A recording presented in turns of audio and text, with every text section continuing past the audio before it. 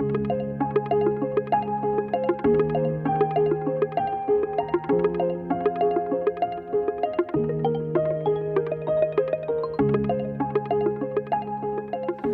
es el preámbulo de un curso de 24 horas que iniciará el 22 de noviembre en Design Thinking, donde se podrá profundizar en las técnicas que hoy vamos a aprender de manera general, y para aquellos que estén interesados en saber más, pues nos dará mucho gusto tenerlos por acá.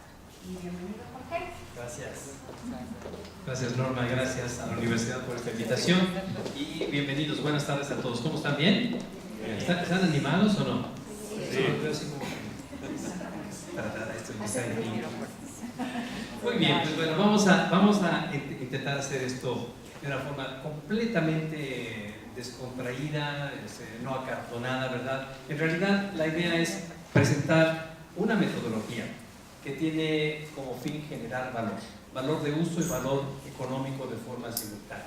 Y vamos a ver en qué consiste esta metodología y cómo puede ser aplicada tanto en nuestras vidas personales, como bien decía Norma, como en nuestras vidas profesionales. ¿De qué manera podemos aplicar estas herramientas, incorporarlas dentro de nuestros hábitos y nuestro bagaje, pues, de conocimientos, y evidentemente los métodos que nos van a permitir llegar a soluciones que no pensábamos previamente que podíamos generar?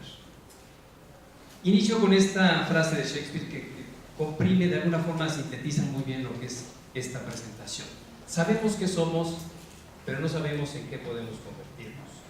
En realidad, sabemos que tenemos una capacidad evidentemente potencializada por una serie de conexiones neuronales que aparecen en nuestro cerebro, que está dividido en dos hemisferios, izquierdo y derecho, y sabemos de lo que somos capaces.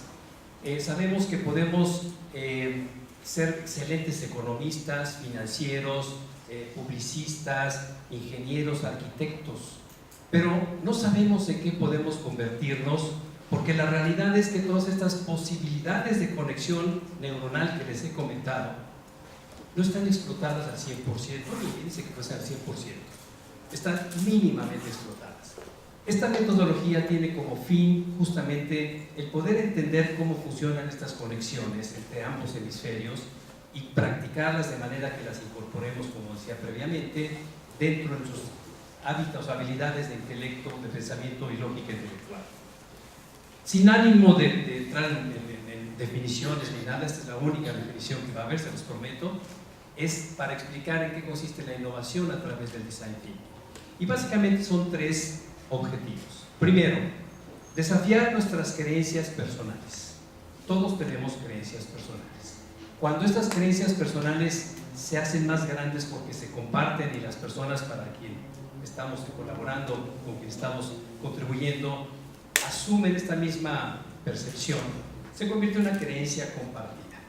Las creencias compartidas generan culturas.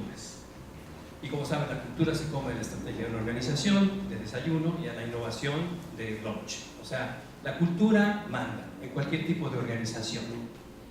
Entonces, desafiar una creencia personal significa poder entender dónde inician los paradigmas. Porque los paradigmas, una vez que están presentes, es decir, la cultura ya tiene incorporada estas percepciones y estas creencias compartidas, los paradigmas son invisibles completamente. Por eso tendemos a hablar de los paradigmas de aquí para afuera. Yo no soy parte del paradigma, mucho menos soy el paradigma. Eso es lo que pienso, es lo que creo. Y a través de estas herramientas yo voy a desafiar esa creencia personal. Y de hecho es lo que hacemos constantemente. Desafiamos el status quo, desafiamos las creencias personales, pero tenemos la posibilidad de entender por qué y hacia dónde queremos ir. Dos, la innovación a través del Design Thinking genera, a través de estas herramientas, valor de uso y, lo más importante, valor económico de forma simultánea, de forma trascendente y de forma continua. No es un ejercicio efímero, no es una llamarada de petate, sino que es una cultura, una serie de procedimientos que terminan siendo una cultura que nos permite hacerlo de forma continua. Entonces, estos son básicamente los principios sobre los cuales es importante entender que podemos nosotros expandir el potencial que les he comentado. ¿Dónde nace esto? O sea, ¿por qué es importante el Design Thinking? ¿De dónde viene? ¿Por qué el término, el anglicismo, ¿no? ¿Por qué no decir pensamiento de diseño? Por varias razones. Eso es un término, de hecho el design thinking, o sea, como estrategia, como lógica de pensamiento, en nuestro país tiene más de 60 años, por lo menos 60 años. O sea, el diseño existe en nuestro país desde hace más de 60 años. Y la forma de pensar de los diseñadores, que es la que acompaña la metodología del diseño, tiene evidentemente más de 60 años. ¿Por qué entonces este surgimiento, este boom de este término, estos vocablos, estos anglicismos? Surge justamente a partir de que se alían estratégicamente dos entidades consideradas en ese entonces como las mecas de la innovación, al menos en esta área que es un polo de desarrollo muy importante, un ecosistema de innovación muy importante en el sur de California, específicamente en Palo Alto, en el Silicon Valley. La Universidad de Stanford y la empresa IDEO se unen para poder generar un cuerpo de conocimientos que ellos consideraban era muy importante con el fin de entender cómo funcionamos los seres humanos cuando queremos innovar. Y deciden que esta metodología, el design thinking, es justamente la forma, digamos, que tiene el cerebro, estas condiciones que les comento, de poder generar valor de uso y valor, utilizar el pensamiento analítico y fusionarlo con el pensamiento lógico de una forma natural, generando valor de uso y valor económico, de forma también completamente natural. Se unen estas personas, generan una escuela que se llama The D-School y toman como estructura central, como ADN del cuerpo de conocimientos, el design thinking. Entonces emerge inclusive como un término que se acuña y que aparece hoy en día en el diccionario Oxford, design thinking. Entonces por lo mismo es considerado, es aceptado pues como tal, como otros más de los anglicismos que utilizamos cuando una tecnología nueva aparece, sobre todo relacionada a la computación y técnicas, digamos, técnicas de información, ¿no? Tecnologías de información. Bien, entonces se unen, crean la escuela de diseño, se llama The D-School, y utilizan el design thinking como estructura central. Esto ha crecido tanto que hoy en día cualquier persona que desee graduarse de esta universidad, no importa, está estudiando finanzas, leyes, medicina, lo que sea, necesita forzosamente tomar un curso que ellos le llaman un minor de design thinking. Este es el valor que ellos le han dado a esta metodología porque han visto los resultados en términos de creación de valor que es capaz de generar esta metodología. ¿Por qué innovar a través de este enfoque? Por dos razones muy simples. Es una metodología centrada en el ser humano. Por lo tanto, tiene como fin identificar necesidades que llamamos tácitas y latentes. ¿Qué son esas necesidades? Son necesidades que no pueden ser expresadas fácilmente, que no pueden ser articuladas adecuadamente, inclusive por la persona que las sufre, porque no sabe que tiene esas necesidades. Entonces, el design thinking tiene como especialidad entender estas necesidades y evidentemente a partir de esta metodología centrada en el ser humano, terminar con soluciones que también están enfocadas en el ser humano.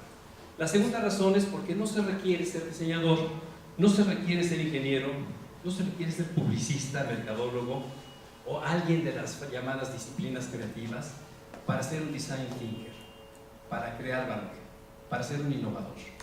Cualquier persona, financiero, un contador, un administrador, un ama de casa, inclusive sin una preparación universitaria, puede convertirse en un design thinker. ¿Por qué? Porque tenemos los elementos que hacen falta. Un cerebro dividido en dos, ¿verdad? El hemisferio izquierdo y el hemisferio derecho.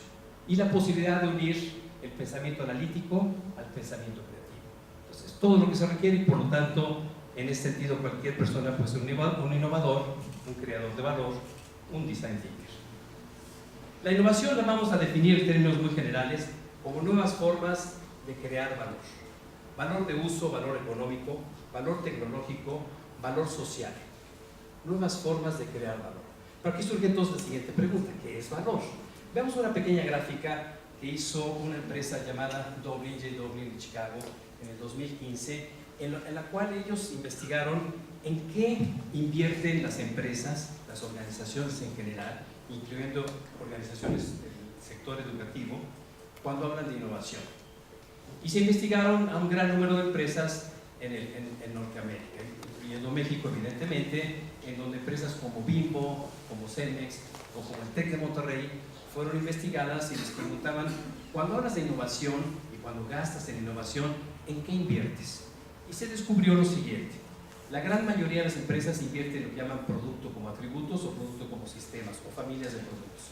Ven las enormes cantidades de dinero que se invierten hablando de innovación o en esfuerzos de innovación.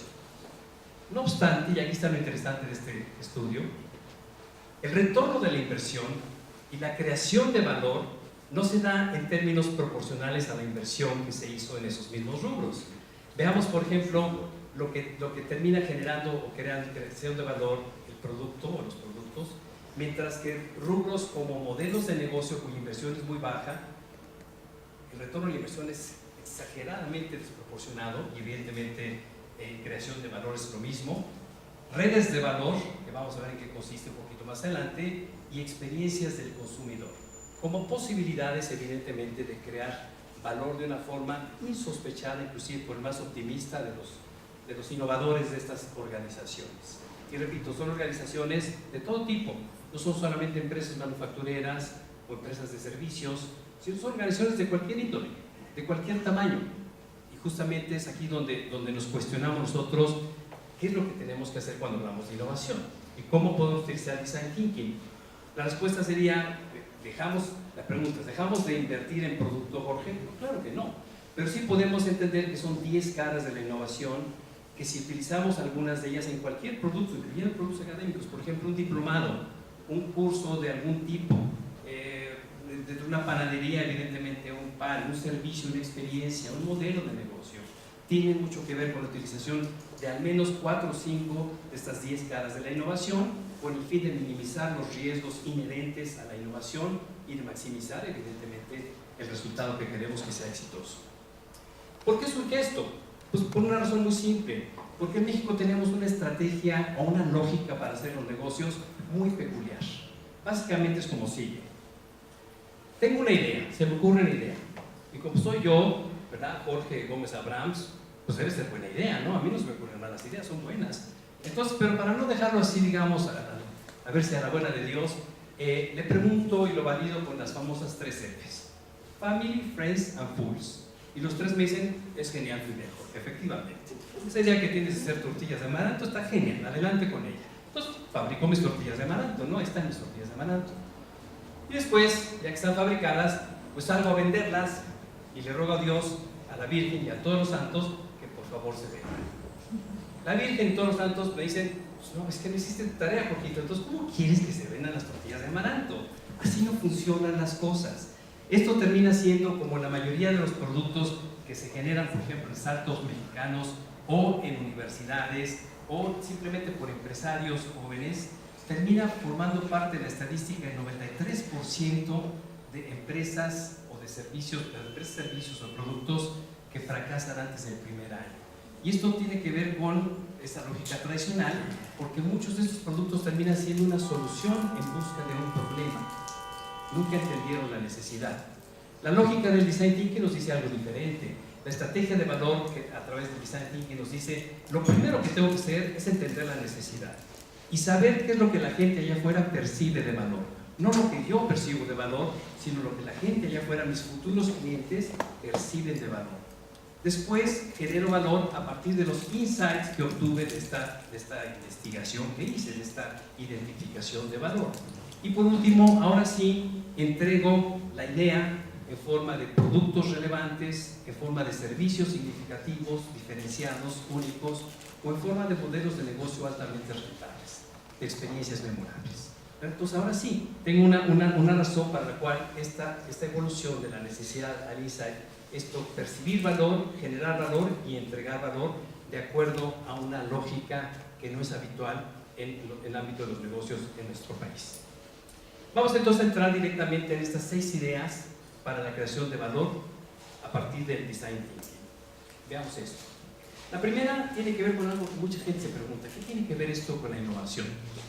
Y significa lo siguiente: un Design Thinker, si cualquiera de nosotros, surge de forma espontánea cuando la autoestima profesional empata la autoestima personal. Claro, ¿no? Pero veamos en qué consiste. La realidad es que mucho de esto de la autoestima profesional y personal la hemos vivido todos los que hemos tenido que contratar a personal para crear valor en una organización. Me tocó a mí, como director de ingeniería de Bombardier, contratar cerca de 125 personas para entender cómo podíamos generar productos de una forma diferencial. Y muchos de estos ingenieros y diseñadores que contratábamos tenían un expertise técnico insuperable, realmente notable, a nivel internacional. Sin embargo, a la hora de hacer entrevistas entre ellos con sus pares en Alemania o en Canadá, ellos bajaban la vista, bajaban la mirada como diciendo, no puedo sostenértela, no sostenían claramente un diálogo, y evidentemente este complejo, esta percepción de sí mismos, de ser inferiores, de no sostener una conversación profesional con los demás, los hacía hacerse evidentemente menos. Veamos un ejemplo de esto que ilustra claramente este ejemplo. Hace unos años, en el TEC de Monterrey, en el 2009 para ser exactos, el TEC de Monterrey, Campus Monterrey, recibió una invitación de General Motors en Detroit para que sus alumnos y profesores formaran 2 equipos de trabajo para diseñar la versión deportiva del Cadillac 2015 en ese entonces. Estoy hablando de 2009, o sea, 6 años en adelante, de 6 años. Y habían invitado para este concurso a las mejores universidades del mundo, las universidades coreanas, suecas, inglesas, o sea, que tienen una gran tradición en el ámbito del diseño automotriz. De hecho, nadie entendía por qué habían invitado a TEC de Monterrey. No porque fuera mala institución, simplemente porque no tiene una trayectoria tan fuerte como estos países que les estoy comentando, instituciones como el CCA en California, o el Royal College of Art en Inglaterra, o MEA en Suecia, que realmente tiene un prestigio fantástico en esta disciplina, y el TEC no. Sin embargo, todos pensamos, bueno, es por cuestión de estrategia para ellos es importante tener un representante latinoamericano, y seleccionaron a lo que más se acerca, pues, o sea, que hacen cochecitos eléctricos, el TEC de Monterrey. En 2009 no era de la potencial, pero sin duda había esfuerzos notables que resaltar. Me pide mi rector, yo trabajaba en unos programas de innovación estos para el TEC de Monterrey, Campus Monterrey, me pide el rector Bustani que por favor convoque yo a 2 equipos de trabajo. Yo dije, genial, fantástico, esto va a estar fantástico, esta experiencia. Entonces hago una convocatoria en redes sociales, todo el mundo va. Y yo al día siguiente llego a mi oficina, yo esperaba ver una cola de 200 personas intentando entrar a este concurso, no había nada, absolutamente. Entonces dije, ¿no salió el mail? ¿Qué pasó? ¿Qué habrá pasado? Lo volvemos a enviar, volvemos a hacer todas estas cuestiones, llamadas telefónicas, al día siguiente nadie se aparece. Pues entendí que realmente el problema era grave, y ya con el tiempo muy encima y con la presión del tiempo, evidentemente, agarré a estos muchachos que están aquí abajo, que tenían algo en común. Todos ellos debían una materia, o estaban irregulares de alguna forma. Y les dije, a ver, jóvenes, acérquense. ¿Quieren regularizarse ustedes? ¿Quieren ser completamente normales en el TEC de Monterrey? Sí, Jorge, sí queremos. A ver, entonces ya con manita de puerco y brazo torcido van a entrar a este concurso. ¿Okay? O sea, estoy hablando de algunos promedio, como decirles mediocres, ¿verdad? Y finalmente, ya más en confianza con ellos, les pregunté yo, oigan jóvenes, pero de verdad, buen plan, ¿por qué no se inscribieron? O sea, ¿cuál es el problema? Y decían, porque pues, también buen plan. Imagínate que para nosotros es como si nos estuvieras invitando a las Olimpiadas, a natación, y nos dicen desde ahorita van a competir contra Michael Phelps. Yo, pues con todo respeto, yo entreno aquí en la Unidad Cuauhtémoc los miércoles, nada más, ¿no? Entonces no tengo nada que hacer ahí. Esa es la autopercepción que un profesionista mexicano tiene en ese sentido. Es el ejemplo. Veamos qué sucede. Pasan 16 semanas del curso académico normal, ¿verdad? La única retroalimentación que tienen estos chavos es directamente con Detroit, con General Motors en Detroit. No saben lo que están haciendo las otras universidades. Son 16 equipos de 11 universidades, las mejores del mundo. Y nadie sabe lo que está haciendo el otro. Llega finalmente el día de la premiación y nos citan a las 4 de la mañana para hacer un WebEx con todas las universidades presentes, en donde iban a anunciar a los ganadores de este concurso. Pero previo a esto nos dicen, en un anuncio, dicen, jóvenes, ¿estamos ahí? Sí, estamos aquí. Quiero decirles, dice la anfitriona, una voz muy amable, que por favor vamos a nombrar a los 8 finalistas. O sea, una shortlist de 8 grupos, de 8 equipos, y 8 se quedaban afuera.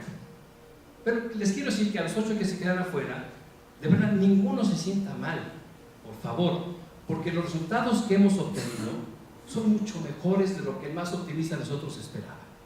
Realmente son espectaculares, son buenísimos. Entonces les pedimos, por favor, que nadie se sienta mal. Los alumnos de TEC de Monterrey sintieron que nos lo dijo a nosotros, ¿verdad? O sea, entonces ya empezaron a ver su reloj como diciendo, Vamos a dormir, no, todavía alcanzamos, no sé.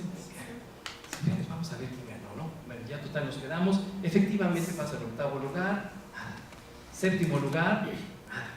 Cuando llegan al quinto lugar y no anunciaban a ningún equipo de Monterrey, los chavos empezaron a abrazarse, como los de la selección mexicana cuando saben que van a fallar un penalti. Bien fuerte, así como. Pasa el cuarto lugar, nada, tercer lugar, nada. Ya estaban ya casi hincados y de verdad así, con caras de desilusión, por decirlo menos, de frustración, así, de desencanto. O sea, queríamos por lo menos aparecer en los 8 primeros, el sexto, el séptimo, tal. Eso hubiera sido muy bueno. Y llega el segundo lugar, el anuncio del segundo lugar, y para sorpresa de propios y extraños, era un equipo del TEC de Monterrey. Evidentemente las caras de desilusión, las caras largas, cambiaron para una cara de júbilo y de gritos y alegría. Empezaron a gritar y a cantar, les querían hablar por teléfono a sus amigos y a sus papás a esa hora, a las 4 de la mañana. Los papás contestaban: ¿qué pasó, mijo? ¿Qué pasó? Nada, papá, segundo lugar, no es que mañana me cuentan. No, ahorita despierta a mi mamá y a mis hermanos, tengo que contar. Algarabía completa. Nos perdimos en esa algarabía, el anuncio del primer lugar. Entonces ya cuando todo regresó a la serenidad, nos dicen por ahí en el altavoz: TEC de Monterrey, are you still there? ¿Siguen ahí? Sí, aquí estamos. Bueno, ¿qué opinan entonces del primer lugar? Y decimos: con toda la pena del mundo, estábamos celebrando el segundo lugar y nos perdimos el anuncio del primer lugar. Pero pues díganos, ¿quién ganó? Pues ustedes, sonsos, ganaron primero y segundo lugar. ¡Wow! Fue así. Me acuerdo y se me salen las lágrimas, que no me hagan que me acuerde, porque realmente fue espectacular escuchar este anuncio.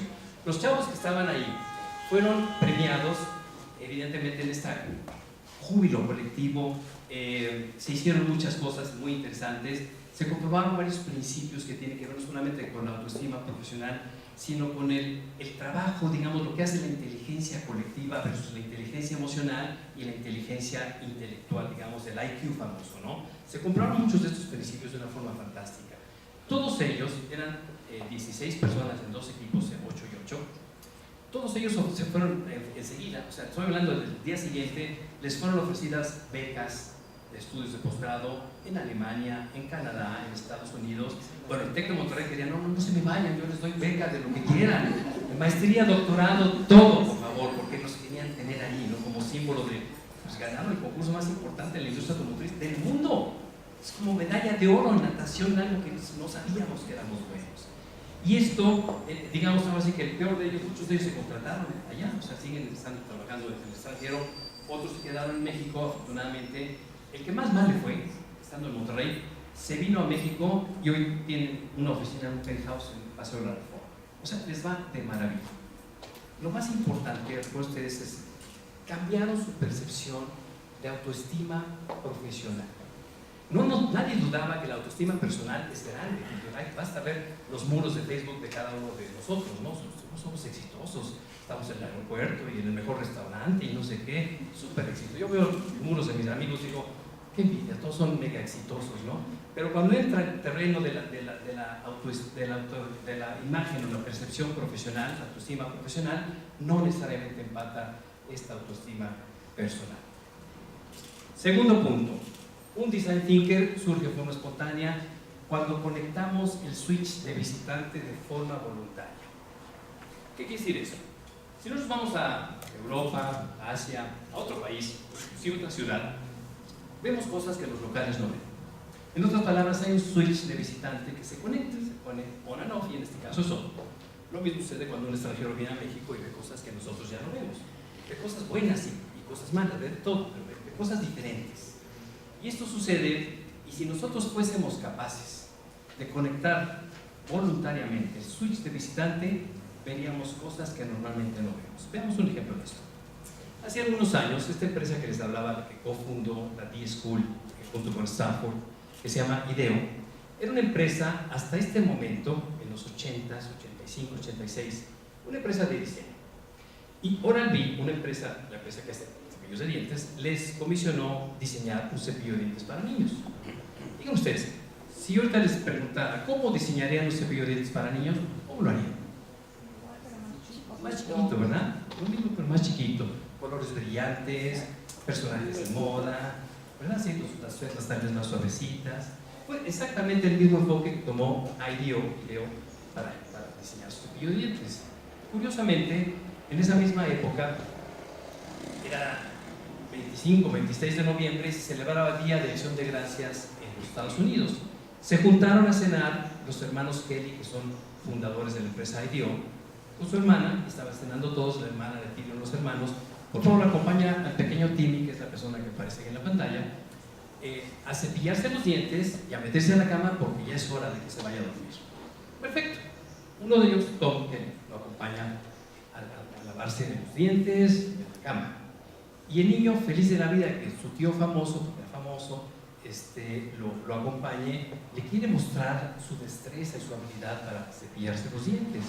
Entonces le pone pasta al cepillo y empieza a cepillarse con tanta fuerza, con tanta energía, que empieza a lastimarse las mejillas, las encías, en fin.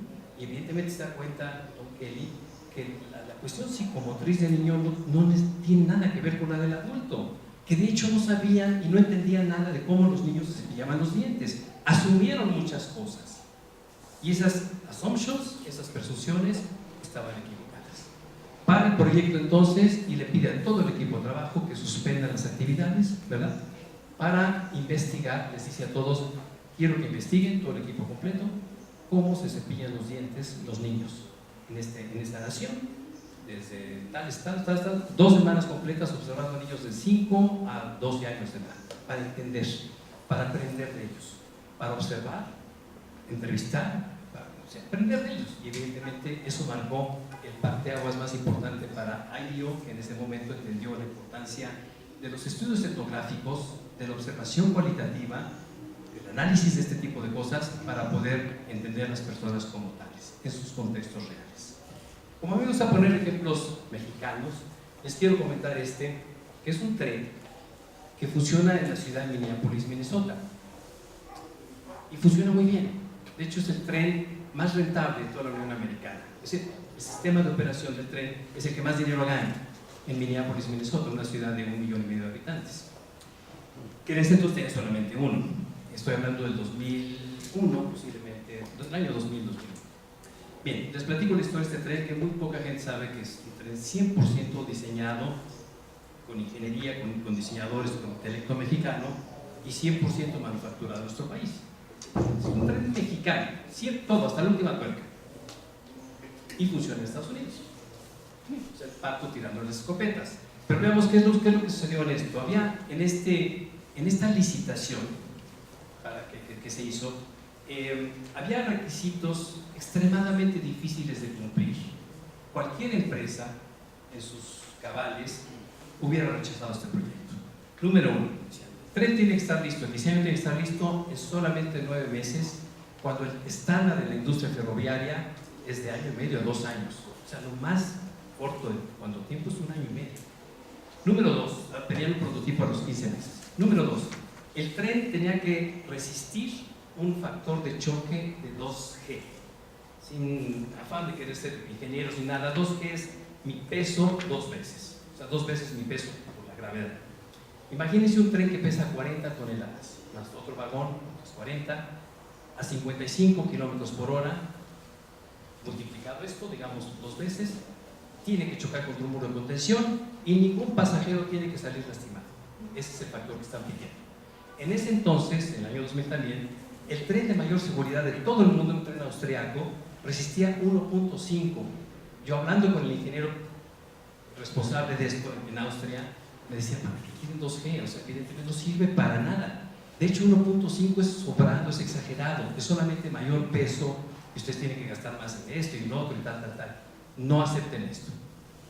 Nos dice la Autoridad de Transporte de Minneapolis. ¿No quieren esto? Ah, perfecto, ahí está Siemens, ahí está CAF, ahí está ASCO, que sí quieren el proyecto. Bueno. Y el tercer requisito, el más difícil de todos y el menos entendible, o sea, no entendíamos por qué. El tren tenía que cumplir con una cuota de 300,000 pasajeros con boleto pagado por semana.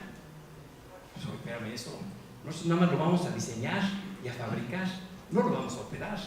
¿Cómo podemos saber si se van a subir 300,000 o no? Pues ese es su trabajo, porque lo que queremos es que el tren despierte tanta deseabilidad, que sea tan confiable que la gente se quiera subir. Y esa es la garantía que queremos por escrito. ¿No quiere el proyecto? Ahí está Siemens, ahí está CAF, ahí están las empresas competidoras, ¿no? No, pues sí, sí lo queremos. Entonces firmamos y vamos allá. Veamos qué pasó en este proyecto, es que me interesaba.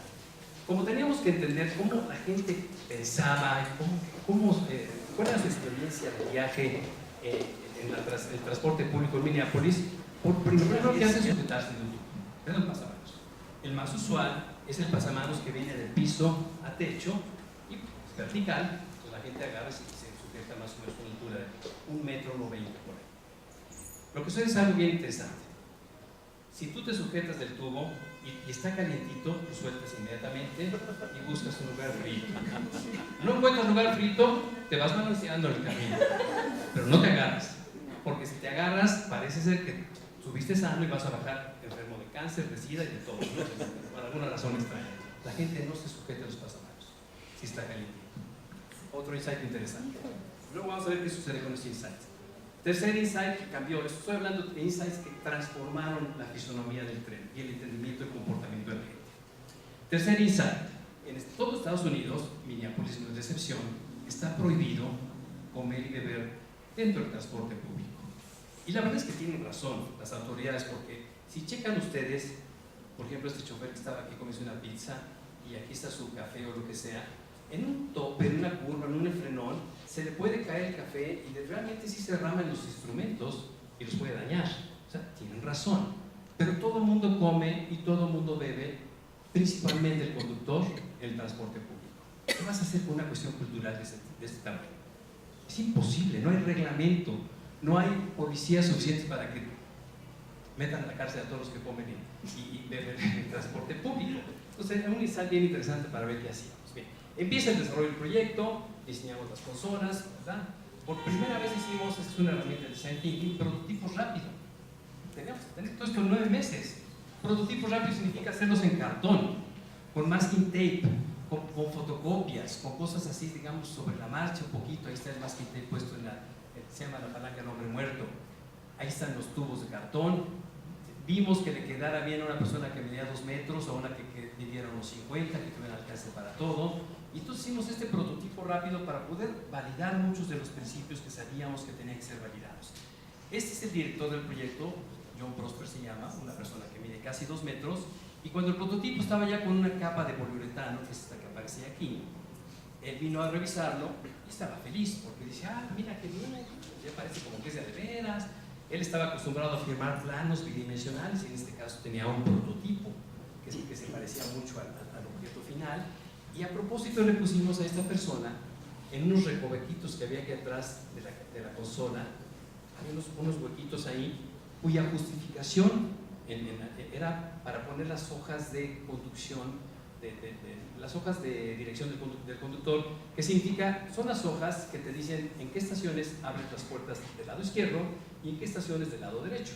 Hojas que normalmente ponen en un visor, con un clip junto al parabrisas y se les vuelan constantemente. Entonces, aquí las enrollan, las ponen aquí atrás. Fantástico, es buena idea esa. Pero la realidad era para que ellos pusieran sus cocas y sus burritos. Esa era la realidad. Entonces les pusimos una coca aquí. Y ese día John ni lo notó, ni nos penó, ni nada. Estaba feliz con su juguete y Siguieron las recomendaciones y un par de días después, ya digamos con el prototipo, sigue siendo el mismo de cartón, con poliuretano y ya las fotocopias un poquito más detalladas, pero sigue siendo el mismo. Le ponemos a John, nuevamente, en el tercer día, ahí están 2 cocas o sprites o lo que sea. Entonces John entra a la sala de prototipos y lo primero que ve son las cocas ahí. Entonces pregunta por mí, ¿dónde está Jorge? Yo el director del proyecto de ese proyecto. ¿Dónde está Jorge? No, pues no sé. Jorge, finalmente. Te habla yo. Entonces digo, dime yo, ¿qué pasó? Me dice yo, vete para acá. Y me saca la sala. Y yo, ¿qué pasó yo?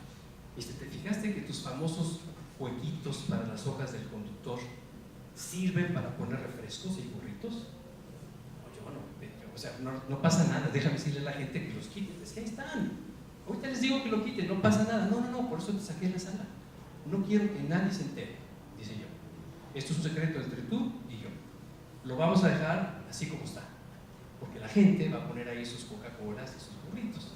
Pero no debemos decirle a nadie. Entonces digo yo, John, eres un genio. Con razón eres el director del proyecto. De verdad, le doy un abrazo así, como 2 metros. Y entendimos otro principio del design thinking. En innovación hay que vencer la resistencia antes de que ésta ocurra. Y la mejor manera de hacerla es inyectándole la solución a la persona que va a hacer la resistencia posteriormente. Como era ahora John, el de la idea, él defendió a capa y espada eso. Y sigue siendo un secreto. Según él, nadie sabe. O sea, que sirve para poner los más que él, ¿no? Todo el mundo lo usa así, pero evidentemente es una cosa interesante. El tren terminó siendo, decía yo, es el tren más rentable de toda la Unión Americana, es el que más dinero deja. Y eso significa que fue aceptado.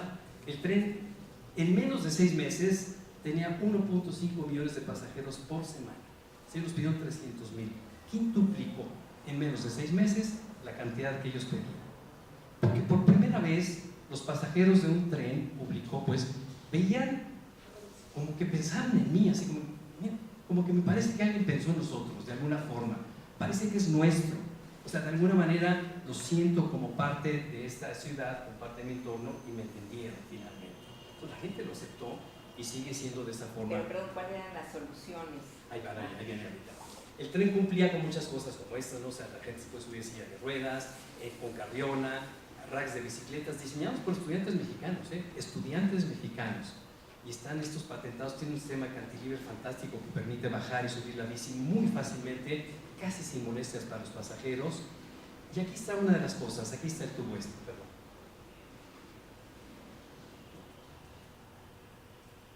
Vean esto. El tubo, para poder nosotros entender, bueno, la cuestión de los asientos se resolvió muy fácil. O sea, simplemente en lugar de que fueran asientos corridos al costado, eran asientos en materia. O sea, la configuración normal. Nos decían, ¿van a caber menos personas en el pasillo? Sí, pero van a caber menos personas descontentas también. O sea, eso se arregló fácil. Lo del tubo fue genial porque el tubo lo pensamos nosotros igual, idea de un estudiante de la UNAM. Cortó el tubo, el chavo que trabajaba en el equipo evidentemente, y le cortó un pedazo como de 60 centímetros. Después soldó 4 partes para cuadruplicar el área de sujeción más frecuente, y lo soldó. Entonces, cuando presentamos la idea, todos nos dijeron que no, aumenta el costo tremendamente, Jorge, tienes que quitar, soldar, pulir, esmerilar y volver a croar. No, es demasiado costo. Mira, por lo menos 1 por tren, vamos a hacer la prueba, que no sé qué, finalmente llorando y todo, nos aceptaron 1 por tren. Hoy en día, 95% del transporte público en todo el mundo utiliza ese sistema, que por supuesto nunca fue patentado ni nada, porque evidentemente la intención era que se aceptara, de que alguien lo protegiera. 95%, incluyendo el metro de la Ciudad de México, si ustedes se sumen alguna vez van a ver que tienen este sistemita también de 3, el original era de 4, ahora lo hacen de 3 porque es un poquito más barato y porque no hay tanta gente en realidad, pues funciona bien. Es como quedó finalmente el tren, ya está en funcionamiento, son fotos reales todas, y generó esto, ¿no? esta palabra clave, deseabilidad. Lo que los japoneses llaman otaku, deseabilidad. La gente quería subirse a esto. Aquellos que les gusta el fútbol americano, el 5 de febrero de este año, casi un año ya, en los comerciales del Super Bowl pasaban el estadio, que es el US Bank Stadium, y dejaban que la escena llegara el tren ligero y después se iba y lo ponían como una postal. Entonces descubrimos que es un ícono realmente de Minneapolis, y el tren no es muy bonito como pueden verlo. Realmente hay trenes mucho más bonitos en Europa, sin duda alguna, pero en realidad es un tren que fue muy aceptado por los minneapolitanos. Originalmente iba a ser una sola línea y ahora son más de 5, y la gente en los referendos vota por más líneas porque lo aceptan. Realmente es un tren que cumple sus expectativas, sobrepasa. Tiene tarjetas postales. Ustedes van al aeropuerto y decir Greetings from Minneapolis, una tarjeta postal del tren. Hagan el favor. Es como si ¿cuándo han visto una tarjeta postal del metro en México? Pues, solamente cuando choca y sacan las tarjetas postales. No. Mejor todavía, tienen Legos en el aeropuerto, o sea, con el tren. O sea, tú compras tu Lego y lo armas en tu casa y tienes un trenecito.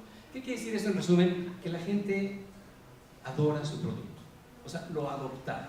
Es mi producto. Y evidentemente hace que la gente tenga el uso que considera que tiene que tener y lo hagan un producto exitoso. Punto número 3, un poquito más rápido. Un design thinker es una reforma espontánea cuando tenemos más amor por la letra T que por la letra P. P de profesionista, no se equivoque, P de profesionista. Esta es mi profesión, o sea, ejemplificada por este palito, digamos, vertical. Yo soy diseñador, economista, financiero, médico, abogado, etc. Adoro lo que hago. Por eso estudié 5 años, 4 años y medio, 5 años. Y me encanta lo que hago, ¿verdad? Por lo tanto, cuando termino yo mis 4 o 5 años de carrera, me convierto en un experto. Validado por lo que comenta Malcolm Gladwell en su libro Outliers, en donde nos dice, un libro excepcional, súper recomendable, nos dice que cualquier persona puede convertirse en un experto en lo que guste con 10.000 horas de práctica. Haciendo una aritmética, esto no está en el libro, se lo hice yo. 10.000 horas de práctica significa, son 8 horas diarias, 5 días de la semana, por 5 años. O sea, quiero ser un experto tocando el piano, 5 años de práctica, papito. Quiero ser un experto atleta, 5 años de práctica. Quiero ser un experto en básquetbol, 18 años de práctica y no vas a ser. Te faltan 40 centímetros de altura, de inicio. Pero ahí están 5 años, ¿no? Que es crecimiento vertical. ¿Qué es lo que hace la gente cuando descubre, por ejemplo, que un estudiante termina su carrera y dice, soy un experto, saqué las mejores calificaciones, tengo mención honorífica? Y descubre que el mismo instante que se graduaron en el país 358.028 estudiantes igual que él, ¿no? Dice, caray, todos buscando el mismo puesto, tan difícil. Entonces opta por ser más experto, opta por un crecimiento vertical. Diplomados, maestrías, doctorados, especialidades, etcétera, etcétera. Va creciendo verticalmente. Sin embargo, existe otra posibilidad de crecimiento que, de acuerdo al libro The 4-Hour Workweek de Josh Kaufman y Tim Ferriss, nos dice que el 80% de una nueva habilidad se adquiere en tan solo 20 horas, lo cual, haciendo nuevamente las matemáticas, nos dice, puedo adquirir 12 nuevas habilidades en tan solo un año, lo cual es interesante. 12 nuevas habilidades en un año. Y esto me permite a mí empezar a entender otro concepto de generación de valor que no tenía yo contemplado previamente. Para mí, la única forma de generar valor era siendo un experto en lo que soy, economista, médico, dentista, lo que yo sé. Sin embargo, resulta que ahora puedo ser el generador de valor, entendiendo cómo puedo generar valor de una forma diferente, conformando entonces ya de inicio esta T, ¿verdad? Es el expertise adicional a través de cruzar fronteras. Ya no es monodisciplinar, ya es multidisciplinar.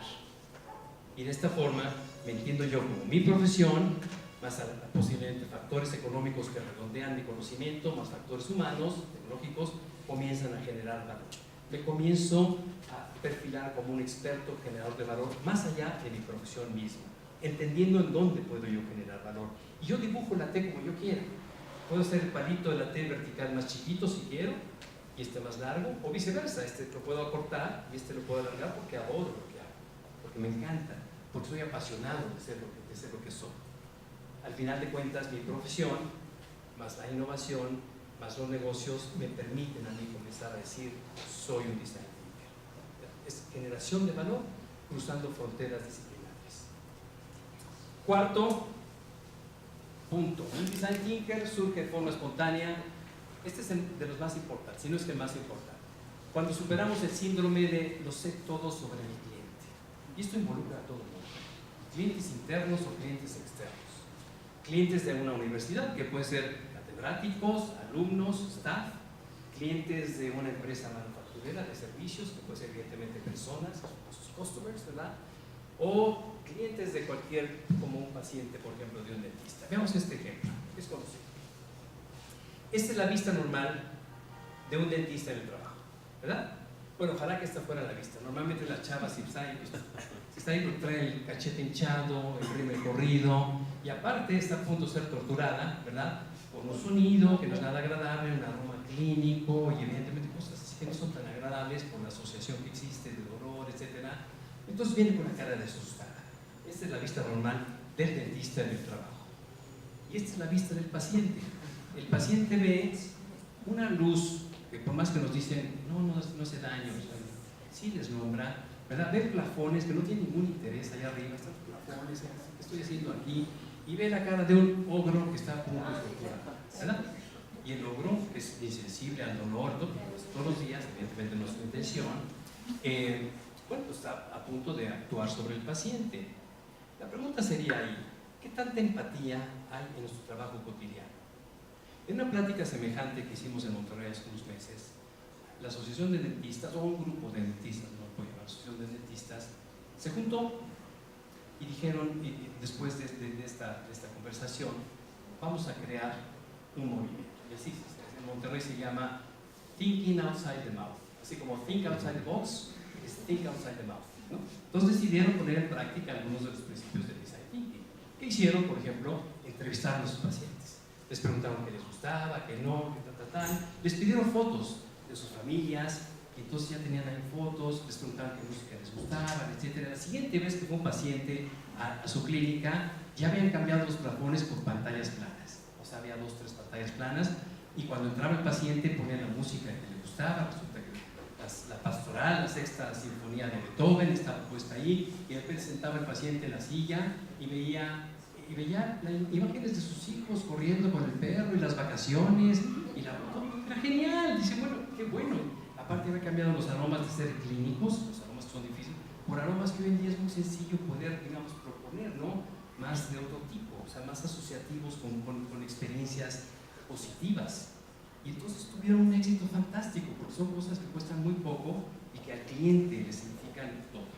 Me parece que todos estos ya tienen una cartera de pacientes permanente, porque evidentemente, bueno, nuestras recomendaciones corren como el agua, ¿no? Rapidísimo, y son muy buenas. ¿Qué tanta empatía en nuestro trabajo cotidiano? Bueno, hay empresas que se lo toman muy en serio y organizaciones que no lo toman en serio, que dicen, yo ya sé todo sobre mi cliente, y de verdad son la mayoría las que dicen, sé todo sobre mi cliente.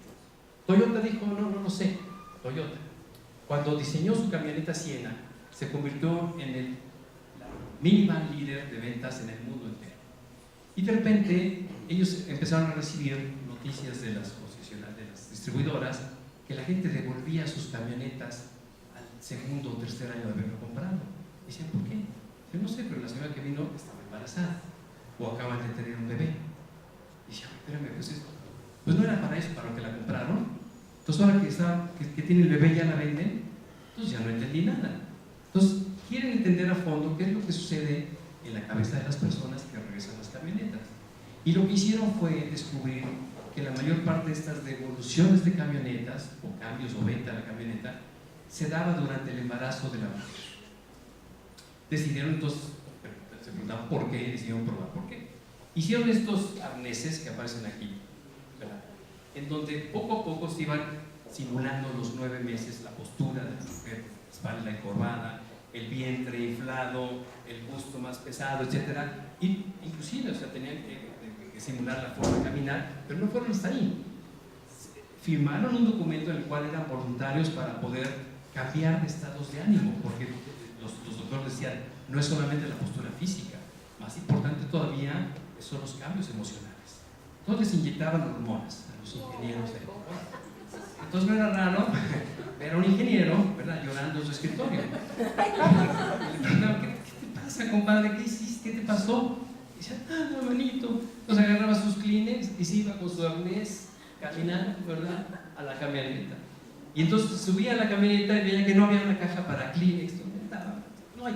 No hay lugar para mis Kleenex. No podía poner su café porque no había un receptáculo para el agua. El volante se hacía para arriba y para abajo, pero no para adentro y para afuera. Total, terminaba diciéndole al marido, vende esta porquería de carro, ya no aguanto más. O sea, había cosas que no se podían entender porque pues son, decía yo, especulaciones, son assumptions, ¿no? Son presunciones sobre cosas que pensamos que así se comporta la persona y no. Hicieron los cambios correspondientes y finalmente Toyota regresó a ser líder del mercado de minivans. Ejemplo mexicano en todos los casos. General Electric Healthcare en Estados Unidos diseña una máquina que los doctores en México los directores de hospitales como el IMSS, como el ISSSTE, Hospital del Trabajador, Pemex, hospitales de pocos recursos económicos, le pidieron que tus máquinas de rayos X son buenísimas, pero las digitales, que son las que nos quieres vender, son carísimas, cuestan $140,000. Nos queremos con ese dinero comprar 2 o 3 máquinas, porque de verdad tenemos muchísimas personas que requieren ese servicio. Entonces General Electric dice, perfecto, no se preocupen, y diseñó una máquina de rayos X que costaba menos de la mitad. Ustedes podían comprar 2 máquinas de estas, análogas, no eran digitales, pero funcionaban de maravilla. Y cuando intentan traerlas a México, los médicos se las prueban todo y las regresan. Dicen, no, ya no le queremos, no sirve. Entonces nos encomiendan a nosotros, Win Innovation, descubre por qué. Necesitamos un estudio etnográfico para entender por qué los doctores no compran estas condenadas máquinas que nosotros diseñamos. Y descubriendo, haciendo una etnografía, bueno, les platico la etnografía. Hicimos una etnografía en hospitales de México, Monterrey, Guadalajara, y vimos que no había nada equivocado con la máquina rayos X, funcionaba de maravilla, de verdad funcionaba muy bien. Lo que no habían considerado los diseñadores o ingenieros americanos era el contexto de uso de estas máquinas. Chéquense ustedes algunas de las cosas del contexto. Esto que ven aquí enfrente existe, o sea, no es de la época de la Inquisición ni de la Segunda Guerra Mundial, existe. Si se van a un hospital del IMSS hoy en día, van a ver que esto existe en las salas de rayos X. Es una C, digamos, una cabinita de plomo para que les explico. El niño, esto es para radiografías de niños y bebés. El niño cuando llega, pues llega con una costillita lastimada, alguna molestia, ¿verdad? Lo sientan aquí al niño en esta silla horrorosa, yo no sé, parece que la mordió aquí alguien. Y entonces le dicen al niño, ¿verdad? Imagínense un niño de 3 años, a ver mi amor, no queremos lastimarte, ¿verdad? Entonces te me sientas aquí, ¿verdad? Y te me quedas quietecito, unos cuantos minutitos. Tu papá, ¿verdad? Que te quiere mucho, se va a poner atrás de ti para que vea que no te pasa nada. ¿Ok? ¿Quedamos de acuerdo? Sí, evidentemente me dicen, ¿sabes qué? O sea, desde el momento que me quites a mi papá o a mi mamá, voy a llorar. Entonces, el niño comenzaba a llorar, no a llorar, a berrear. El papá lloraba, la mamá lloraba, el técnico lloraba, el médico lloraba, todo el mundo lloraba, literal, ¿verdad? No podían mantener al niño quieto ahí. Entonces, lo sujetan al niño con estos sujetadores, ¿verdad? Esto para las piernas y eso para los brazos de arriba. O sea, el pobre de verdad está así como Cristo crucificado, o sea, con los... Y todavía quieren que se quede quieto. Evidentemente el niño intenta voltearse para buscar al papá que está ahí atrás, que por más que lo quiere calmar no puede, y termina más lastimado de como entró, real, literal. El design thinking tiene una peculiaridad. No solamente se pregunta y se obtienen necesidades explícitas sobre esto, o sea, no solamente se le hace caso a lo que la gente dice, es más importante que escuchar al cliente, es entender sus necesidades. Y esto no se logra necesariamente preguntándole a la gente, se tiene que observar. Entonces, es una de las cosas importantes. Observamos y con eso descubrimos necesidades latentes y dejamos que se interactúe con el producto y que nosotros descubrimos necesidades tácitas. ¿Sí? Entonces, esto fue justamente la metodología que utilizamos en esta investigación para entender por qué se podía hacer en relación a este problema. El pensamiento empático es fundamental y no es solamente, digamos, empatizar con el paciente en este caso, sino con todos los stakeholders, el técnico, el doctor, la enfermera, el papá, la mamá, todos los que participan en esto. Y el resultado fue, entre otras cosas, lo que se puede mostrar ahorita, es esto, por ejemplo. Un arnés, que evidentemente no solamente es 100 veces más barato que la cabina que acabamos de ver de plomo, que tiene una placa de plomo aquí y tiene una ranura para insertar la placa radiográfica. Tiene otro pequeño arnés aquí ajustable, ¿verdad? En donde la mamá va a colgar literalmente a su bebé. Porque el reto que hicimos era, siempre utilizamos las palabras cómo podríamos, como iniciadores, y aquí fue muy simple. ¿Cómo podríamos transformar un acto de terror y de tortura en un acto de amor y de ternura? Y el acto de amor y de ternura, por excelencia en la naturaleza, es este que está ahí. Es la mamá abrazando a su hijo con su rebozo, ¿verdad? Es la mamá abrazando al niño. Esto se hace en la India, en Argentina, en México, en cualquier lugar del mundo. Es un acto de ternura, abrazar al bebé. Entonces lo hicimos así. La señora entonces llega, se pone el arnés, ¿verdad? Se pone al niño también ahí, se pone justo donde está la línea de la radiografía de la máquina. El técnico le pide cuando está listo, señora, por favor extienda sus brazos. La señora los extiende ambos brazos. El niño, en un simple acto reflejo, también extiende los brazos buscando el abrazo de la mamá y queda listo el tórax para tomarle 1 o 10 radiografías. Sin dolor, sin llanto, sin preocupación de ningún tipo. Lo más interesante de esto, que ya ocurre en muchos hospitales en Monterrey, es que no solamente decía yo que salió 100 veces más barato la solución de lo que existe, sino que, y que todo el mundo está contento, sino que la sala de espera que normalmente estaban acostumbrados a escuchar las mamás ahí, señora, regrese mañana, hoy ya no hay lugar. Es que mi hijo, no hay lugar, señor, regrese mañana. Hoy llegan y dicen, está súper rápido esto, o sea, me tocó exactamente a la hora que me dijeron, se aumentó la capacidad de atención a los pacientes en un 25%, no, en un 125%. Es decir, atienden 4 veces más pacientes, 5 me parece, que anteriormente. Bueno, es fantástico, porque realmente tomar una radiografía no debe tomar más de 10-15 segundos, real, literal. Y antes tomaba de 20 a 25 minutos por las circunstancias que les he comentado. Interesante, ¿no? Design Thinking en acción. Quinto y penúltimo punto. Un Design Thinker surge de forma espontánea cuando buscamos inspiración en lugares inesperados. Díganme ustedes, estamos atendiendo un problema de medicina, pues buscamos referencias de medicina. Problema de ingeniería, buscamos referencias de ingeniería. Lo normal es eso. De repente, Franz Johansen en su libro El efecto Medici nos dice, no, busquemos referencias e inspiración en lugares inesperados. ¿Cómo? Sí, el cerebro funciona así. El cerebro, nos dice Franz Johansen en su libro El efecto Medici, funciona con el mínimo de energía posible. Está diseñado de esta forma. Tiene un problema, vamos a llamarle el punto A, y tiene una solución que traza de forma lineal directa en el punto B. No encuentra la solución, el cerebro dice que no funciona, echen la culpa al gobierno, al dinero, lo que ustedes gusten, ¿no? Así es. El cerebro no funciona más allá porque si funcionara como debería de funcionar, nos cansaríamos con más frecuencia, tendríamos que comer con más frecuencia, dormir con más frecuencia. Así que entonces el cerebro decide autopreservarse y funciona con el mínimo de energía. Franz Johansen nos dice lo siguiente: busquemos inspiración en lugares inesperados y hagamos estas conexiones neuronales de una forma que el cerebro no haría.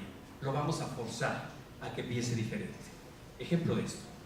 Esto sucede hoy en día, todavía, en Nairobi, en una región, en una villa cercana a Nairobi, en Kenia, en África, en donde una persona, como pueden ver, no muy fuerte, con niños en brazos, etc., va y tiene que bombear esta bomba de agua en este pozo 50-60 veces para llenar sus contenedores.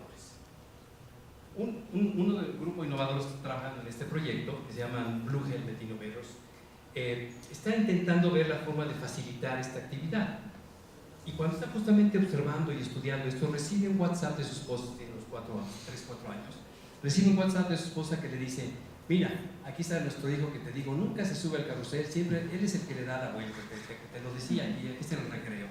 Y justo cuando recibe esta imagen, la persona esta, se le ocurre justamente, hace esta conexión inesperada. Y lo que sucede es bien interesante. Diseña entonces y hace un prototipo rápido de un carrusel, ¿verdad?, en el cual los niños pueden estar jugando día y noche si quieren, dándole vueltas. Cuando están dando vueltas, lo que están haciendo es bombeando, ¿verdad?, porque el posto aquí abajo, y cuando bombean, el agua sube por esta estructura aquí, digamos, a un tinaco o a un contenedor que está aquí arriba.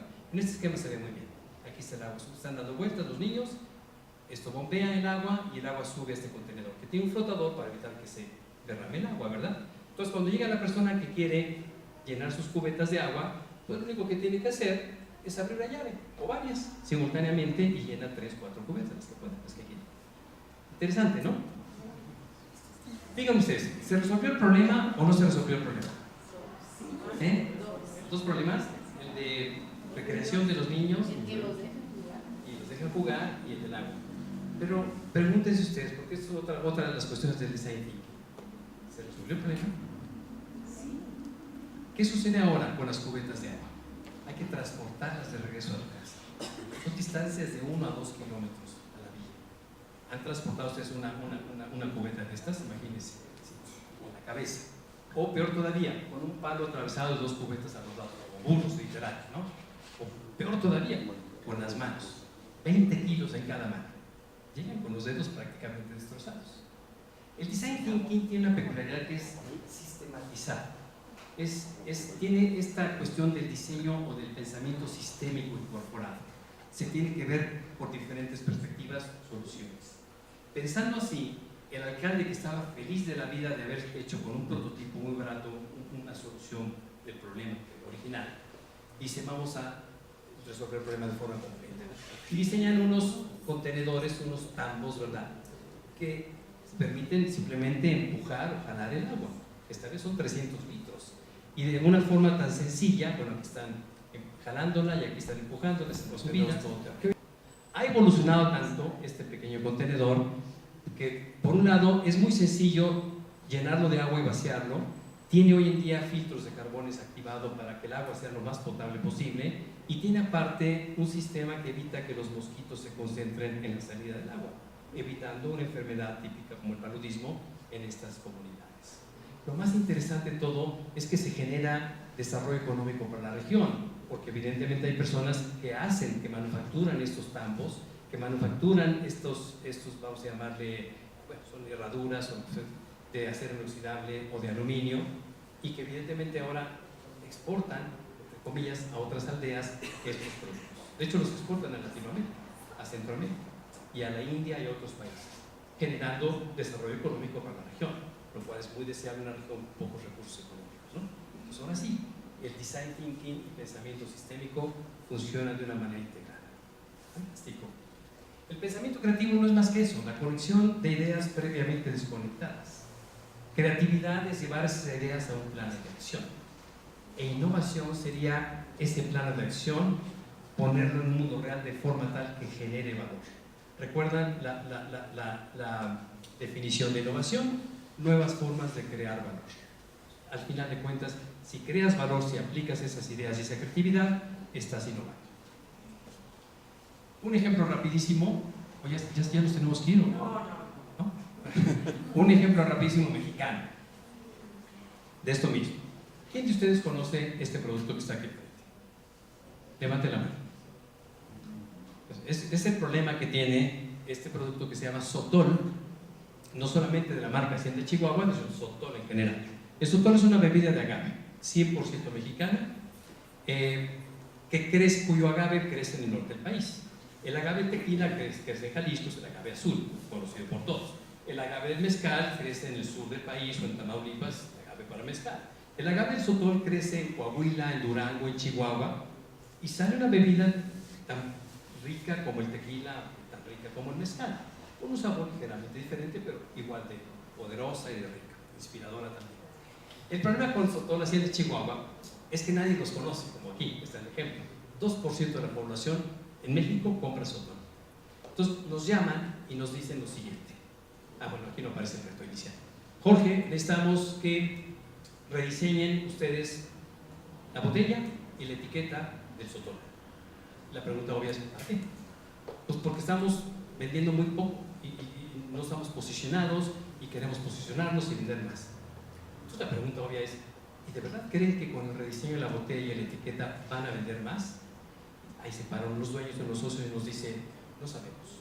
Lo que sí sabemos a ciencia cierta es que si no hacemos algo al respecto en este momento, en 4 o 5 meses desaparece la empresa. Y con ella desaparecen 250 fuentes de empleo. Así que, entonces la siguiente pregunta, la más obvia todavía es, aparte de México, ¿en dónde más venden ustedes hoy en día? Un vendedor nos dice de una forma muy atenta, vendemos en China, en 3 ciudades, de forma incipiente. Y tenemos un grave problema en China. ¿Cuál es el problema?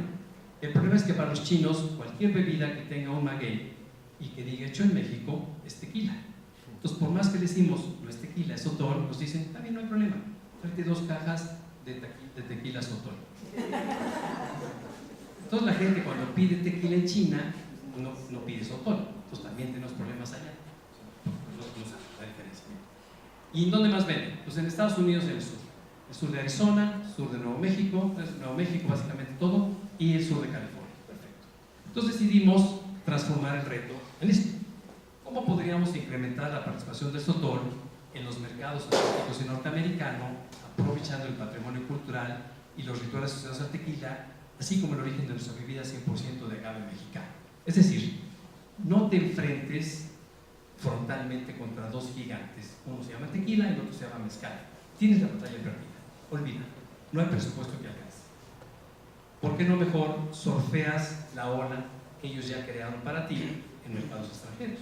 O sea, ya te abrieron y tienes la ventaja de que te confunden con el tequila. Transforma esa amenaza en oportunidad. ¿Cómo? Vamos entonces, nos vamos en una misión comercial que estaba planeada para China, 2 semanas después de esta reunión, y nos vamos a China. Y en China, bueno, aquí está. Estas son las presentaciones rápidamente. El sotol, blanco o plata, reposado, añejo, y un sotol que tiene oro comestible, son esas pequitas que aparecen ahí. Oro comestible. Cuando me dijeron, de verdad está muy bueno, Jorge, ¿no gustas probarlo? Yo pensé, me voy a tapar, oro comestible, cuando acá comemos oro los mexicanos. O sea, no, deme una copita del otro, del añejo, por favor, ¿no? Y después descubrí la investigación que realmente esta formulita y las actividades son buenas para el organismo. Liberan radicales libres y no sé cuántos beneficios tienen, no es real. Pero lo que sí era importante, nos dimos cuenta que era un valor invisible. Es más, al revés, la gente decía, este sotol está malo, ¿no? O sea, tiene cositas adentro. O sea, ¿para qué sirve eso, no? En lugar de que el valor se expresara. Nos vamos a China y vemos, yo había estado en China previo a este viaje 4 años antes. Pero esta vez me llamó poderosamente la atención el exceso de luz y color en China en general. Fuimos a 3 ciudades, Shenzhen, Guangzhou y Shanghai. Exceso de luz y color en todos lados, no nada más en los exteriores, sino en los interiores también de los edificios. No solamente en antros, como uno podría pensar, o en bares, o en centros nocturnos, no, en escuelas, en centros comerciales. De hecho, un vendedor que iba con nosotros estaba medio deshidratado, lo llevamos a una clínica para que le pusieran suero y todo. Bueno, dentro de la clínica, exceso de luz y color. O sea, los chinos adoran la luz y el color, es parte de su cultura. Decidimos entonces hacer un pequeño reto. Dado que la cultura, la luz y el color es propio de su cultura, ¿cómo podríamos aprovechar esto más el efecto que hace el oro? ¿Qué es lo que hace que el oro valga? ¿Qué es lo que hace valioso el oro? El brillo, ¿verdad? ¿Y qué es lo que provoca el brillo? La presencia de luz, exactamente. Entonces dijimos, bueno, pues esto no se puede ver, es invisible el valor del oro hasta ahorita, vamos a darle visibilidad. Entonces diseñamos rápidamente, hicimos el prototipaje rápido, que es una maravilla en China, 3 días que tienen todo esto, real, de verdad. Una tapita de plástico, ¿verdad? Que tiene un pequeño interruptor acá, o sea, un switch on and off, una pila de esas navideñas que duran como 20 minutos nada más, y una luz LED abajo. Y entonces diseñamos un pequeño ritual, entendiendo que las personas no compramos productos, compramos historias, compramos experiencias. Y diseñamos una pequeña experiencia alrededor del sotol. La experiencia fue muy simple, dijimos en un antro, le dijimos al mesero, mira, ven, te voy a decir lo que vas a hacer. Cuando te pidan tequila, les traes sotol. Es que dice, no, el sotol no es tequila, hay tequila y hay sotol. Tú les traes sotol, ¿no? Ahora jugamos al revés. Tú les traes, de hecho, esta botella, esta. Y lo que vas a hacer es la agitas levemente antes de llegar a la mesa que te la pidió, y cuando llegues a la mesa la pones con mucho énfasis. O sea, la pones y que la gente, haces ruido, que la gente te voltee a ver. Y cuando ya todo el mundo te está viendo en la mesa, aprietas el botoncito para que se prenda la luz. Esto es lo que tienes que hacer. No, que me van a correr, que te den $20, ya es lo que te digo, ándale. Y entonces el tipo ya después de un ratito le piden una botella de tequila, allá a la distancia le enseña así como si esta sí, esa. Ahí va todo nervioso. Y ya llega con la botella mega agitada, la pone con tanta fuerza que casi revienta la botella literal. Todo el mundo lo vuelve a ver, efectivamente, pues este se volvió loco, ¿qué le pasó? Y con todo y nervios atinó a prender el foquito. Y en ese momento se hace un efecto de discoteca de los 70s, ¿se acuerdan de esas bolitas así? Y todo el mundo se veía reflejado, ¿verdad? Así como las lucitas estas.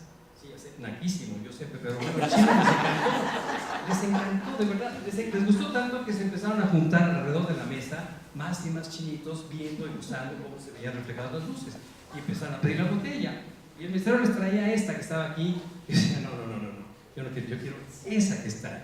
Evidentemente no querían el producto, querían la experiencia, ya se veían a sí mismos siendo el centro de la fiesta, en sus casas, en sus reuniones. Miren, señor, prende el foquito y ve, órale, no, genial, o sea, digamos, la experiencia era fantástica. Ese día la gente comenzó a hacer cola porque el dueño les explicó que era un prototipo, que iba a estar producción, ¿verdad? Y dijeron, yo quiero uno. Y empezaron a formarse para hacer pedidos sin existir el producto todavía, porque eran prototipos de esto. El dueño hizo una lista de pedidos, 300 pedidos hizo esa noche. Y una cosa más interesante, la gente compraba en lugar de adelante. El dueño comenzó vendiendo la botella en 35 o 40 dólares, terminó vendiendo en 65 dólares. La gente no decía nada, absolutamente nada, en relación al precio. Lo cual comprobaba el principio de que cuando tú vendes una experiencia, no vendes un producto, el precio pasa a ser un factor secundario. Porque por eso funciona Starbucks, pues. O sea, un vaso de hielo es 60 pesos, ¿no? Exacto. Café, si quieres. Exacto. 60 pesos. Digo, no es barato, pero tú estás comprando una experiencia, no estás comprando el producto. Y eso hace lo que el precio funcione de esa forma. En una, así es como queda finalmente el producto. Y en una investigación de esta naturaleza estuvimos solamente una semana y media, 2 semanas, un poquito menos, en esas 3 ciudades. Y en otra ciudad descubrimos otras cosas que no estábamos preparados para descubrir, pero es interesante cuando uno está observando a las personas y aprendiendo justamente sobre esto. Y descubrimos, por ejemplo, que los chinos sí saben beber tequila, contrario a una presunción que teníamos. Y esto lo demostraba, no estábamos aquí viendo cómo ellos se intentaban convencer el uno al otro sobre la forma correcta de beber tequila. Entonces uno le decía, mira compadre, te voy a decir, lo que tienes que hacer es, agarras el limón, ¿verdad? Te lo pones en la mano, le echas sal, lo chupas, y antes de que te lo tragues le echas un trago al tequila, tragas todo. Y el otro dice, no, compadrito, se ve que no has visto suficientes películas de Pedro Infante, te voy a decir cómo se bebe el tequila.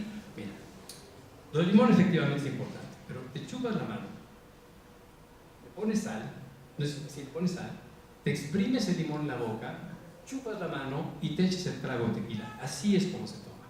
Entonces estaban divertidísimos y muy entusiastas compartiendo estas experiencias. Nosotros estábamos muy divertidos también observándolos y de repente se nos acaba la diversión porque vemos con bastante preocupación que los chinos sacan de la bolsa, de la camisa, un sobrecito, lo abren con un polvo y se lo echan al shot de tequila. Y dijimos, órale, ¿qué está pasando aquí? O sea, pensamos, están drogando, están haciendo un crack aquí, ¿dónde está la policía, los papás, por favor? Y también se nos acabó la curiosidad, nos dimos la media vuelta y nos fuimos a otro lado, porque pensamos que era peligroso realmente, pues, ¿qué están haciendo? Regresamos al ratito, porque vimos que mucha gente hacía esto y dijimos, bueno, vamos a ver qué es, ¿no? Y en la mesa que estaba al lado, que estaba por irse, había unos sobrecitos de esta cosa, que les digo. Entonces los recogimos y nos llevamos al hotel. Y en el hotel le preguntamos al concierge, oiga, a ver, mira, esto no es nuestro, nos lo encontramos, o sea, no es nuestro, pero pues, ¿qué será? ¿No? ¿Qué es esto? Y ya lo lee el cuate y dice, mira, este es un saborizante y colorante artificial que los chavos se los ponen a las bebidas. Se lo ponen al tequila, se lo ponen al vodka, se lo ponen al ron, para que le den un colorido especial, porque les gustan los colores y le da un sabor particular también. Y donde venden esas cosas, dice, pues en cualquier tienda de conveniencia, como los Oxxos de allá, en farmacias o en supermercados, los venden en todos lados. Fantástico. Al día siguiente nos vamos a una farmacia y compramos esto, pero no había en polvo, había solamente líquido, pues compramos el líquido. Y lo que hicimos fue nuevamente una de estas cosas, esto más esto igual a esto, el efecto Medici, justamente. Esto que era el sotol blanco, más esto que es la cultura de los shots de sabores y el color, que literal no está photoshopeado, así es como se veían los shots reales, o sea, los colores vibrantes, eléctricos, horrorosos verdaderamente, porque aparte sería como alcacerces de colores, o sea, terribles, ese burbujeante, de verdad espantoso, pero bueno, les gustan los chinitos. Y diseñamos esto, que es algo así como lo que está aquí. En prototipaje rápido mandamos a los caballitos unas esferitas de PVC que tenían una pequeña ventanita aquí abajo, muy fácil rellenarlos con el líquido este que les comento, y se atornilla, se sella la tapita, se sella aquí, evidentemente de cabeza, después ya se atornilla aquí y listo, está listo para, con la pura presión del pulgar, liberar este sello y dejar que el líquido se vierta sobre el sotol que está hasta acá, se mezcla tantito y se toma. Y digo, puede ser buena idea, no sabemos. Entonces decidimos hacer otro pequeño ritual y fuimos a un antro y lo vendimos, bueno, más bien preparamos estas charolitas, ¿verdad? Así como tipo Puerto Vallarta, Cancún, que van a chavar vendiendo shots, y le dijimos a una mesera, mira, tú vas a vender shots al estilo mexicano, entonces tú pasas diciendo así, shots, $1 o $2, Y si no, es que voy a perder mis propinas. No, mira, todo el dinero que ganes de esto es para ti. De hecho, no nos interesa el dinero. Nos interesa saber si la gente acepta o no este producto. Pero tienen que pagar, porque todos te van a decir que sí, que les gusta, pero la idea es que paguen. Entonces, por eso $1 o $2 no es mucho y tú te vas a ganar tu dinero. Todo es para ti. ¿Sale? Sí, ¿y qué más te gusta? Pues te lo cuelgas aquí, vendes los shots, les demuestras cómo se usa, ¿verdad? O sea, lo aprietas aquí, te lo tomas, no te lo tomas tú, te lo das prestado al otro, y ya que se lo tomó el otro, le mueves la cabeza. Y dice, ¿cómo? ¿Para qué le muevo la cabeza? No sé, pero a los gringos les encanta, igual a los chinos, entonces tú les mueves la cabeza, a ver qué pasa. Entonces, ya se va la otra, y les empieza a mover la cabeza a medio mundo, tú casi la golpean y la sacan, regresa, pobrecita, al ratito, como a los 15 minutos, dice, quiero otra tablita. Me encantó esta vida, les encanta a todo el mundo. Lo único que no va a hacer más es mover la cabeza a nadie, no les gusta. Bueno, perfecto, ya está, no mueves la cabeza a nadie. Perfecto. Entonces, lo que hizo, esta vez yo la seguí con la segunda tabla, teníamos 4 de estos. Y la seguí y vi que lo que hacía. Y ella comenzó ofreciendo los shots, ahí sí le entendí, también había turistas en el antro, a $5. Decía, shots, $5. Lo curioso es que los turistas compraban uno de estos, un vasito, el que sea, color de su preferencia. Los chinos compraban la hilera completa y la ponían como fichas de dominó enfrente de su lugar.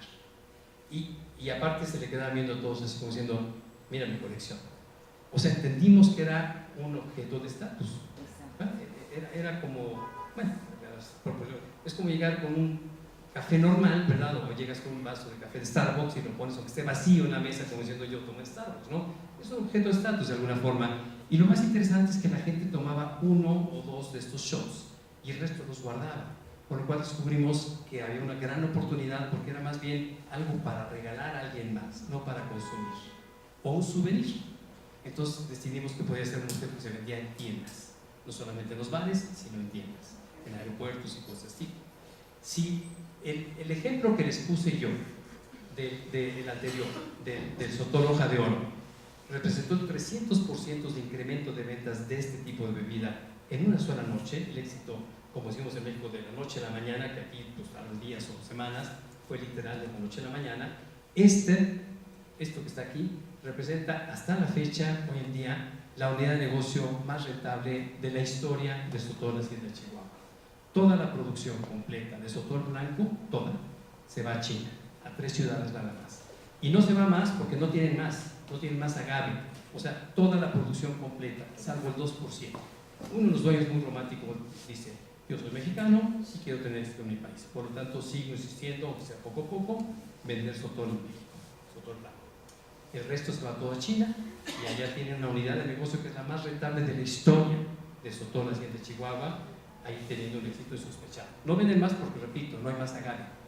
Ahora el problema que tienen es generar más agave para producir más y vender más allá en China. Interesante. Sexto y último punto. Con esto acabamos. Un design thinker surge de forma espontánea cuando estamos convencidos de que podemos innovar y de que podemos co-crear. ¿Quién de ustedes se considera un buen profesionista? Levante la mano. Un buen profesionista. Yo diría que todos. Si no, no estaríamos aquí, ¿verdad? O sea, buenos profesionistas. Así es como se ve, ¿verdad? Ahora díganme ustedes, ¿quién de ustedes se considera un design thinker? Levante la mano. ¿Ya? Ya, algunos están muy bien, ya aumentó el promedio. 6 personas, perfecto. La realidad de esto que hemos mencionado, por más que lo comenté desde el inicio, tiene mucho que ver con un experimento que está puesto en este libro, Orbiting the Giant Hairball, de Gordon McKinsey, en el cual él hace un experimento con niños en escuelas primarias en Estados Unidos. Muy simple el experimento. Llega con niños y les pregunta en primero de primaria. A ver, niños, les voy a hacer una pregunta y quiero que me respondan muy honestamente, por favor. ¿Quién de ustedes se considera un artista? Todos levantan la mano. Ah, caray, qué bien, todos son artistas, fantástico, felicidades. Bajen la mano, por favor. Les voy a hacer una segunda pregunta y esta vez quiero que me la contesten con la mayor sinceridad y honestidad del mundo, por favor. ¿Si están de acuerdo? Si estamos de acuerdo, señor. Claro que sí. ¿Quién de ustedes se considera un buen artista? Todos levantan la mano como con un resorte. Ah, caray, ¿eres buen artista? Le preguntan. Claro que sí. Usted dígamelo a mí. Chéquese mis dibujos, están en la pared. Le examino. Cuando voltea, ve los dibujos, están todos idénticos, igualitos, todos. No, pues sí eres buen artista. Y el otro cuate dice, no, es bruto, o sea, ¿quién eres, no? O sea, ¿cómo se te ocurre preguntar eso? Y va haciendo estas preguntas gradualmente, digamos, en los diferentes grados de primaria. Llega al último grado de primaria, les hace la misma pregunta y los niños, esta vez, ninguno levanta la mano. Dos que estaban distraídos ahí con la mochila, de repente levantan la mano y se dan cuenta que sus compañeros se dan cuenta que ellos alzaron la mano. Y se sienten en ese momento completamente alejados del grupo. Ya el sentido de pertenencia desapareció. Ya no eran más aceptados. Salieron del closet finalmente, esos artistillas, ¿no? Que se mantenían ocultos ahí. Y la realidad es algo muy revelador y muy cruel al mismo tiempo. El sistema educativo, no solamente en Estados Unidos, México, en muchas partes del mundo occidental, el mundo oriental también, el sistema educativo, digamos, intenta lo mejor para sus hijos, inclusive en las familias, evidentemente, pero en ese intento, en lugar de persuadir, disuade a que los niños sigan su verdadera vocación. Japón tiene el menor índice de cambio de profesión cuando entran a una universidad, los japoneses. Y la razón es porque ellos tienen una cosa que se llama ikigai, o sentido de propósito, muy claro en ellos desde niños chiquitos, desde niños de preprimaria o kinder. Generan un sentido de propósito, entienden qué es lo que les gusta, cuál es su elemento, qué es lo que les gusta hacer y cómo lo van a lograr. Y hay varios aspectos que tienen que ver también con, por ejemplo, un ingreso, ¿no? El sistema educativo en México fomenta algo que no tiene que ver nada con eso. Entonces, un ejemplo de lo que ocurrió en ese mismo caso es este niño que quería, lo entrevistan, le dicen, bueno, ¿tú qué quieres ser cuando sea grande? En su casa, le dicen, porque estaban alarmados, ¿no? Dice, pues quiero ser poeta, mamá. El papá que estaba por ahí, alarmado, así llega, pues está diciendo, a ver, hijo, ¿tú quieres ser poeta? Sí, papá, quiero ser poeta. Y entonces el papá lo saca tranquilo, ¿verdad? Se lo agarra, lo abraza y dice, mira, ven, acompáñame. Y salen de la casa, salen a la calle y dice, mira, ¿ves? El señor ese que está ahí en la esquina, ya sabes que te gusta ver, porque todos los años cambia de BMW, es arquitecto, hijo. Bueno, no sé si es arquitecto o ingeniero, pero es uno de los dos. Tú quieres ser poeta, ¿verdad? Mira, ¿ves el señor que pasa ahí vendiendo camotes? Él es poeta. Qué padre, ¿no? Pues el mío así como que se queda, está canijo, ¿no? O sea, qué forma de disuadir al niño de una posibilidad de convertirlo en las artes literarias. Y no es solamente eso, en realidad es una falta de estímulo o una estimulación muy efectiva del uso del hemisferio derecho. Es decir, algo que pensamos el sistema, que de alguna forma no es lo que el sistema quiere de nosotros. Algo que no va a ser gratificado más adelante y que termina repercutiendo en lo que hacemos en nuestras vidas más adelante. Terminamos trabajando en zonas de confort, en donde manejamos números, estadísticas, gráficas, somos analíticos, secuenciales, lineales, y nos olvidamos de donde sucede la magia. Es decir, nos olvidamos del hemisferio derecho, de todo lo que tenga que ver con inteligencia espacial, con música, con creatividad, con artes, con todo esto que significa, digamos, esta posibilidad de empatar ambas o vincularlas adecuadamente. Nos dice Peter Diamandis, el coautor o fundador de Singularity University, la universidad más cara del mundo. Tiene la misión más importante, 1.000 millones, afectar positivamente a 1.000 millones de personas en los siguientes 10 años. El cofundador de esta universidad, que está junto a Stanford University, dice, el crecimiento de la innovación es función del número de personas conectadas e intercambiando ideas. Y esto tiene que ver muchísimo con una idea que también ha sido hasta hoy una falacia, el exceso de respeto que le tenemos al famoso coeficiente intelectual, al IQ, ¿verdad? Entonces es interesante pensar cómo podríamos pasar del yo, el IQ, tal vez a la inteligencia emocional y lo más importante, a la inteligencia colectiva, a nosotros. Nos dice Uli Weinberg, el estado mental WIQ corporativo es el camino para liberar el potencial de una organización con el fin de generar innovación de valor en cualquier tipo de organización. Lo cierto es que en cualquier tipo de organización hoy en día se premian los esfuerzos individuales y no se premian los esfuerzos colectivos. ¿Cómo queremos cambiar el chip? ¿Cómo queremos cambiar este mindset que tenemos de hacerle caso? Porque a manera de decir, sí, está interesante esto porque hay que cambiar y hay que ser inteligentes colectivamente. La realidad es que no hay nada que nos estimule o nos incentive a hacerlo de esta forma, ni en la universidad, ni en la vida profesional, ni en ningún lado. Se premian esfuerzos individuales, porque sabemos que un certificado o un diploma, lo que sea, pues es individual, ¿no? Ni modo que le demos 1 a 7 alumnos, está complicado. Entonces es interesante esto, pero hay que pensarlo y hay que entender claramente que la innovación sucede solamente de forma colectiva, no de forma individual, que hay que pasar de la inteligencia individual a la inteligencia emocional. Lo más importante, de la inteligencia emocional individual a la inteligencia colectiva. La única forma de crear verdaderos ecosistemas de valor. Terminamos con una frase, una reflexión de Víctor Hugo que dice: no hay nada como el poder de una idea a la que le ha llegado su hora. Sinceramente, yo pienso que estas herramientas les ha llegado su hora. Independientemente de dónde se apliquen, es una gran posibilidad de transformar nuestros sueños, nuestras reflexiones y pensamientos en realidad.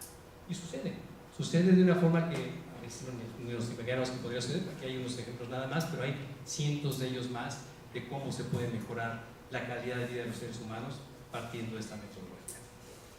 Les agradezco su atención.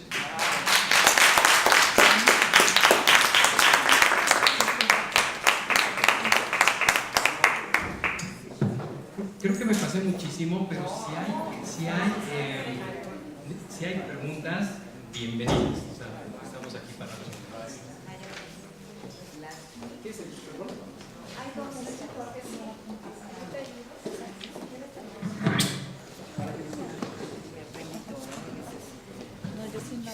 Buenas noches. Mi pregunta va relacionada un poquito con el caso del doctor de China. ¿Cómo, o sea, fue una innovación tremenda a través de la observación, etcétera, pero ¿en qué punto se puede volver como una moda?